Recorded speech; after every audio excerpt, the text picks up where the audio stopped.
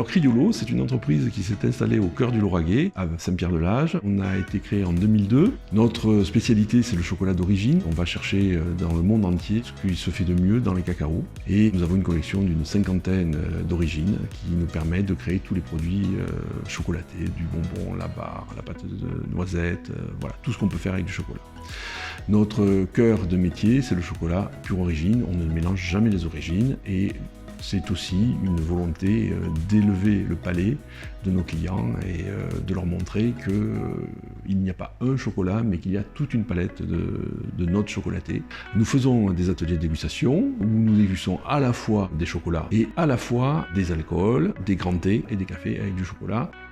Comment est-ce que vous vous démarquez par rapport aux entreprises du même secteur ? Alors notre démarcation, ce qui fait vraiment le cœur de notre métier, c'est la qualité de nos produits. Ces cacaos d'exception, on va chercher vraiment des crus très rares. On essaie d'être innovant dans la transformation, dans les arômes, dans les mariages de saveurs. On essaie d'être réactif aussi, de bien comprendre le marché. On est dans une société qui évolue aujourd'hui à vitesse grand V. En 24 heures, tout peut changer. Et j'essaie vraiment d'inculquer à mes salariés qu'on est dans un monde mouvant et qu'il faut absolument évoluer avec ce monde en permanence. Comment est-ce que vous avez vécu la crise liée au Covid-19 ?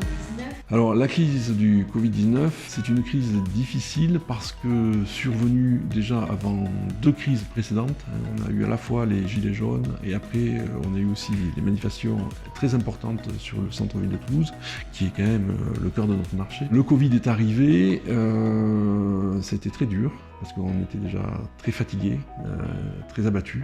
Il a fallu s'adapter au mode de livraison. On n'était pas du tout prêts, c'est-à-dire ce qui faisait la force de l'entreprise, c'était nos magasins de centre-ville, c'est devenu notre faiblesse. Donc il a fallu repenser l'entreprise, et repenser l'entreprise en 2 semaines, 3 semaines, 1 mois, 2 mois, c'est juste pas possible. Donc on a fait des adaptations tout à fait malhabiles dans un premier temps. Puis après on a réfléchi, et aujourd'hui on est arrivé à la conclusion que si nous voulions survivre et résister, il était, mais alors, impensable de ne pas faire une grande opération de transition numérique. Selon vous, quelle place doit avoir la communauté de communes dans le développement économique territorial ? Alors elle a une place à mon avis centrale. Il y a des réalités incompressibles, il y a des temporalités. Par exemple, l'occupation du territoire, c'est une temporalité très lente, et on est une société qui va à une vitesse grand V. Et seule Terre Lauragais peut être proactive pour imaginer, avant même que le monde arrive, ce qui va se passer, pour pouvoir avoir la réponse à l'instant T. Et seul ce niveau de compétence peut permettre cette réussite-là. Est-ce que vous avez bénéficié d'un accompagnement ou d'un soutien de la part du service économique de la communauté de communes ? Oui, ça fait très longtemps que je travaille avec ce service, à la fois dans les montages de dossiers, à la fois dans le conseil, à la fois dans l'analyse des situations de mon entreprise. C'est une équipe vraiment dynamique qui nous permet des fois sortir un petit peu de notre guidon, prendre du recul. Ça m'a beaucoup accompagné aussi dans la transition numérique, et ça m'a permis de trouver par exemple la clé, les personnes qui me portent aujourd'hui dans la transition numérique. Je vous remercie Jean-Pierre. À très bientôt. À bientôt.